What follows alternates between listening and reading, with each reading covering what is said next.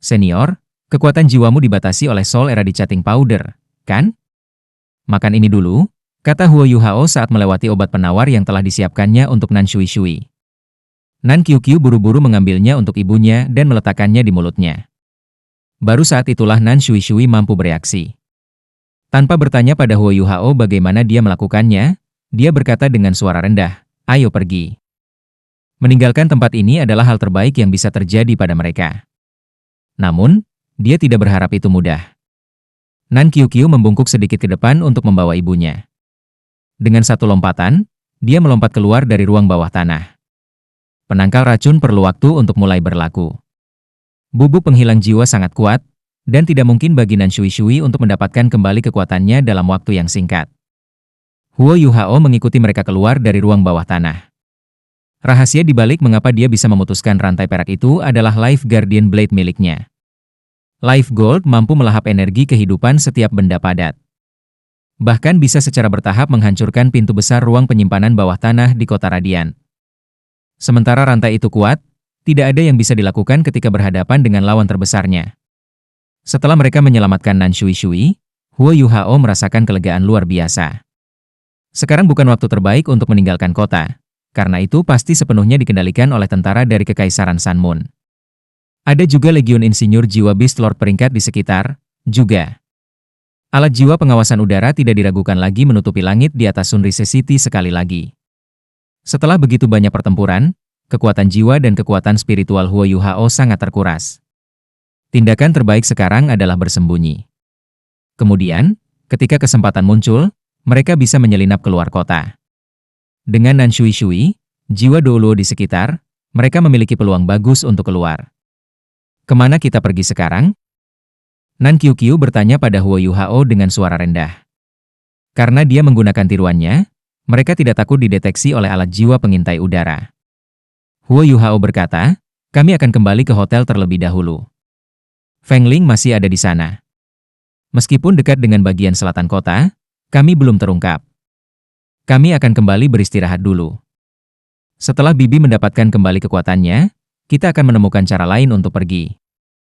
Baiklah, aku akan mendengarkanmu. Huo Yuhao telah memenuhi janjinya dan membantunya menyelamatkan ibunya. Ketidakbahagiaan yang dialami Nan Qiuqiu dengan Huo Yuhao sebelum ini benar-benar dihapus. Yang tersisa hanyalah rasa hormat dan malu. Dia tiba-tiba menyadari bahwa dia mampu memberinya rasa aman yang kuat. Dia secara bertahap mengerti bagaimana rasa ingin tahu Ye Gui akhirnya membuatnya tergila-gila dengan Huo Yuhao. Dia benar-benar luar biasa, dan dia dewasa melebihi usianya. Nan Shui Shui, berbaring telentang putrinya, tidak mengatakan apa-apa. Obat penawar mulai menendang, dan dia mulai mengumpulkan kekuatan jiwanya sekali lagi. Saat ini, Sunrise City diliputi bahaya. Tidak ada yang lebih penting daripada mendapatkan kembali kekuatan jiwanya. Memang, ada tentara di mana-mana di kota. Setiap jalan dipantau dengan sangat cermat. Para prajurit menggunakan alat jiwa yang menguatkan suara untuk mengeluarkan perintah, memerintahkan semua warga sipil untuk tidak meninggalkan rumah mereka. Mereka kemudian menggunakan berbagai jenis alat pengintai jiwa untuk mencari setiap bangunan. Di langit, orang bisa melihat titik-titik biru cahaya berkedip dengan sering. Ini menunjukkan kehadiran Legiun Insinyur Jiwa Affiliate. Huo Yuhao berdiri di depan.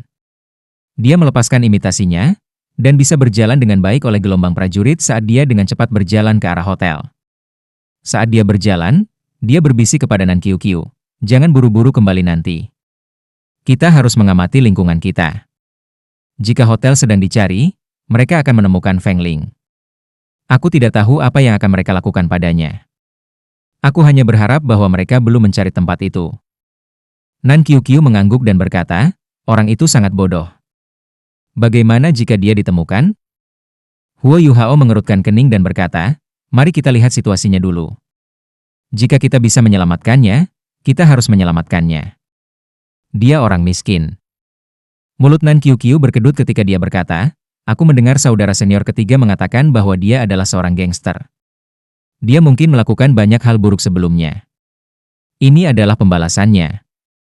Huo Yuhao berbalik untuk menatapnya dan berkata, berhentilah bersikap kasar. Dia sudah dalam kondisi yang menyedihkan. Nan Qiuqiu menjulurkan lidahnya dan berkata, baik, Aku akan mendengarkanmu. Huo Yuhao sedikit tersenyum dan mempercepat langkahnya. Setelah mereka menyelamatkan Nan Shui, Nan Qiuqiu bertindak jauh lebih dewasa. Setelah mereka menavigasi jalan mereka melalui banyak lorong dan jalan-jalan, menghindari banyak tentara yang berpatroli dalam proses, mereka akhirnya melihat hotel mereka. Tidak ada tentara yang berpatroli di depan hotel. Semua lorong tampak sangat sunyi. Huo Yuhao tiba-tiba merasakan dahinya memanas. Eye of Destiny-nya tampaknya telah menggigil. Pikirannya bergetar, dan dia menggunakan deteksi spiritualnya seperti seorang nelayan yang melemparkan jaringnya, membungkus semuanya dalam radius 500 meter. Bagi Huo Yuhao, deteksi spiritualnya lebih berguna daripada matanya. Itu telah membantunya membalikan gelombang pertempuran yang tak terhitung jumlahnya. Ketika Eye of Destiny-nya bergetar, sepertinya itu memperingatkannya. Namun, setelah dia menggunakan deteksi spiritualnya, dia tidak menemukan apapun. Segalanya tampak normal. Ketika Nan Qiuqiu melihatnya berhenti, dia menyenggolnya dan bertanya, "Ada apa? Apakah semua baik-baik saja?" Huo Yuhao menggelengkan kepalanya dan berkata, "Ayo pergi. Kami akan kembali ke hotel untuk melihat apakah Feng Ling masih ada di sana." Saat dia mengatakan itu, dia dan Nan Qiuqiu membalik dinding untuk memasuki hotel. Demi keamanan, dia melanjutkan kepada kami tiruannya untuk menyembunyikan dirinya ketika dia menyelinap ke hotel. Dengan cepat, dia berjalan ke kamar tempat Feng Ling berada. Dengan deteksi spiritualnya, Huo Yuhao bisa merasakan bahwa Feng Ling masih di kamarnya, hidup. Dia perlahan mendorong pintu terbuka, dan seperti yang diharapkan, Feng Ling berbaring di tempat tidur seperti sebelumnya. Dia meringkuk, dan sepertinya menggumamkan sesuatu. Nan Qiuqiu menghela nafas lega ketika dia berkata, "Tampaknya mereka belum mencari tempat ini. Keberuntungan kita tidak buruk. Yuhao, mengapa kita tidak menyembunyikannya? Ayo bawa dia keluar dari hotel dulu. Bagaimana jika para prajurit menemukannya di sini?" Huo Yuhao tampaknya tidak mendengar kata-kata Nan Qiuqiu. Dia berdiri di sana dan dia menatap lurus ke depan. Dia menyentuh dahinya dengan tangan kanannya. Di antara alisnya, mata takdirnya bergetar dengan cepat. Ini adalah pertama kalinya dia menemukan sesuatu seperti ini. Tekanan yang dia rasakan membuatnya sangat tidak nyaman. "Tidak, ayo pergi," kata Huo Yuhao saat dia tiba-tiba menarik Nan Qiuqiu. Dia bahkan tidak membiarkannya menurunkan Nan Shui saat dia berlari keluar ruangan bersamanya. Saat dia berlari keluar pintu, gemuruh besar bisa terdengar. Gelombang kejut yang mengerikan ini disertai dengan hujan pembantaian yang mengerikan. Meskipun refleks cepat Huo Yuhao, energi besar masih menghantamnya dari belakang. Jantungnya terasa dingin. Dia tahu bahwa dia sedang disergap. Nan Qiuqiu bertanya dengan bingung, "Apa yang terjadi?" Semakin berbahaya situasinya, semakin tenang Huo Yuhao. Dia meraih Nan Qiuqiu dengan tangan kanannya saat dia berkata dengan suara rendah, "Alat jiwa tipe terbang." Pada saat yang sama, ia memaksimalkan kekuatan spiritualnya. Dia melepaskan gangguan spiritual dan imitasi. Nan Qiuqiu masih membawa Nan Shui. Sementara dia ingin menggunakan alat jiwa tipe terbangnya, tangannya hanya bisa meraba-raba dengan kikuk. Pada saat ini, Huo Yuhao sudah merilis alat jiwa tipe terbangnya. Pada saat ini, dia tidak peduli apakah tindakannya sudah sesuai lagi. Dia meraihnya di pinggang ketika alat jiwa tipe terbangnya mendorongnya ke atas. Dia meninju langit-langit dengan tangannya. Ledakan. Ledakan. 2 ledakan terdengar. 2 lubang muncul di langit-langit. Seketika, orang bisa melihat bahwa seberkas cahaya besar telah menutupi langit di luar. Udara bergetar. Tidak peduli seberapa bodohnya Nan Qiuqiu, dia sekarang mengerti beratnya situasi. Dia tidak berjuang, melainkan menggunakan kekuatan jiwanya untuk mencoba dan membuat ibunya dan dirinya lebih ringan. Pelukan Huo Yuhao terasa hangat dan bertepi maskulinitas. Lampu di luar menyala. Lapisan cahaya keemasan mulai bersinar dari tubuh Huo Yuhao saat dia menggunakan Invincible Barrier-nya. Dengan domain interferensi spiritual, peniruan, dan penghalang tak terkalahkan, Huo Yuhao sepenuhnya dilindungi dan disembunyikan. Sayap kupu-kupu miliknya memancarkan cahaya saat dia terbang keluar dari salah satu dari 2 lubang secepat yang dia bisa. Huo Yuhao jelas bahwa ini adalah satu-satunya kesempatannya. Mereka pasti dikelilingi. Mengapa? Dia punya firasat. Pasti ada hubungannya dengan Feng Ling, yang telah hancur berantakan. Kembalilah, kata suara serak tua di udara. Dengan itu, Huo Yuhao merasa seperti ngengat yang terbang ke jaring besar sebagai sesuatu yang secara paksa memblokir pendakiannya. Dia tidak bisa kembali. Tidak mungkin. Huo Yuhao jelas bahwa jika serangan berikutnya diblokir, tidak akan ada kesempatan untuk melarikan diri. Dia memukul dengan tangan kanannya, dan matanya dipenuhi dengan kesedihan dan kerinduan. Itu adalah Fist of Remembrance, sebuah tinju yang berisi perasaan zikir yang melonjak. Ledakan. Lapisan cahaya putih muncul setelah terkena pukulan ini. Bayangan muncul di luar layar cahaya. Ketika dia melihat orang ini, ekspresi kerinduan di mata Huo Yuhao memudar. Nan Shui Shui, yang ada di punggung Nan Qiu Qiu, mundur dengan paksa. Ini karena orang yang sekarang memandang rendah mereka dari luar penghalang tidak lain adalah tetua ketiga dari Gereja Roh Kudus. Dia juga mantan kekasih Nan Shui Shui, yang telah memenjarakannya. Tidak hanya itu, tetapi sosok biru juga muncul di luar penghalang cahaya, mengelilingi Huo Yuhao dan mereka bertiga. Kemudian tetua keempat muncul, dan sekelompok orang yang berpakaian hitam muncul di belakang tetua ketiga. Terperangkap. Setelah tubuhnya pulih dari penghalang cahaya, Huo Yuhao tidak menggunakan 3 keterampilan Haodong Ultimate lagi. Itu adalah langkah terakhir. Begitu dia menggunakan semuanya, dia tidak bisa lagi mengendalikan emosinya. Jika itu terjadi, bagaimana dia bisa pergi dengan Nan Qiu Qiu dan Nan Shui Shui? Dia berhenti menggunakan tiruannya, mengungkapkan mereka bertiga. Insinyur jiwa dari Affiliate Tiran Soul Engineer Legion semuanya menggunakan alat jiwa masing-masing. Mereka mengarahkan alat jiwa mereka pada Huo Yuhao dan teman-temannya. Dengan hanya satu pesanan, mereka akan menembaki mereka. Di tanah, sekelompok alat jiwa yang diposisikan dengan cermat mulai terlihat. Fluktuasi kekuatan jiwa yang kuat ada di mana-mana. Ini adalah jebakan yang benar-benar terencana. Tetua ketiga menatap Nan Shui Shui sebelum dia mengalihkan pandangannya ke Huo Yuhao. Dia menepuk tangannya dengan ringan dan berkata, "Kamu memang terampil, dan penuh trik dan skema. Dengan hanya beberapa dari kamu benar-benar berani untuk melakukan misi penyelamatan yang berhasil. Aku sangat mengagumi kamu. Di usiamu, aku masih remaja yang tidak tahu apa-apa. Jika aku memiliki setengah dari kekuatan kamu, tidak ada yang akan bisa mencuri kekasih aku dari aku." Ketika dia mengatakan itu sedikit terakhir, dia tidak bisa membantu tetapi melihat Nan Shui Shui.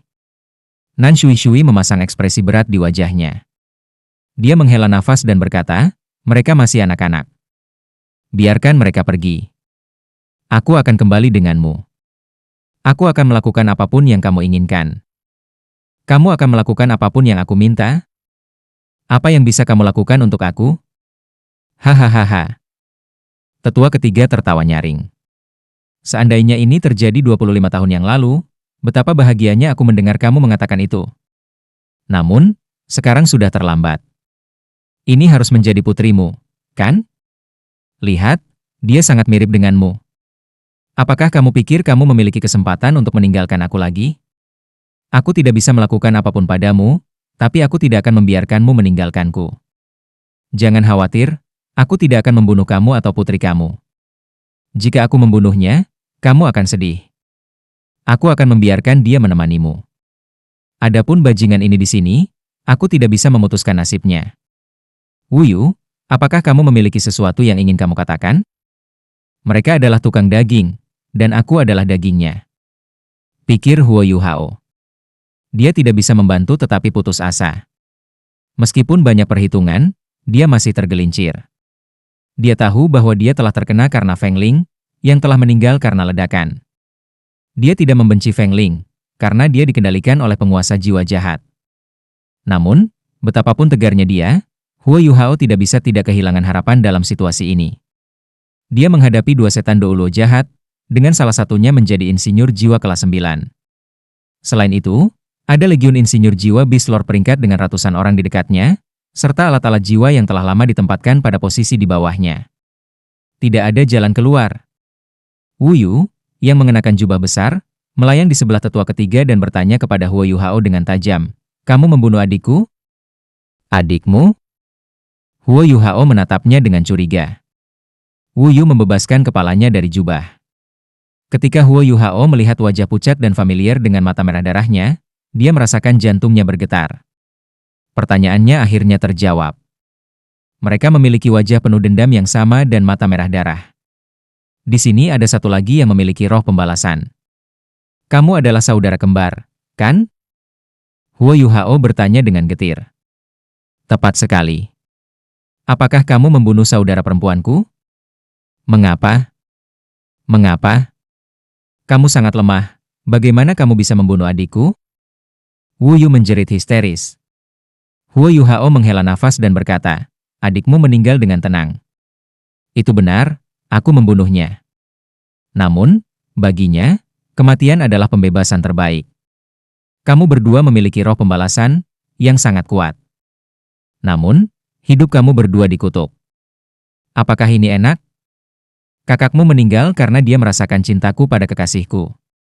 Emosi aku menghancurkan roh pembalasannya, dan karenanya, dia meninggal. Sebenarnya, baginya, kematian adalah bentuk pemurnian dan peningkatan.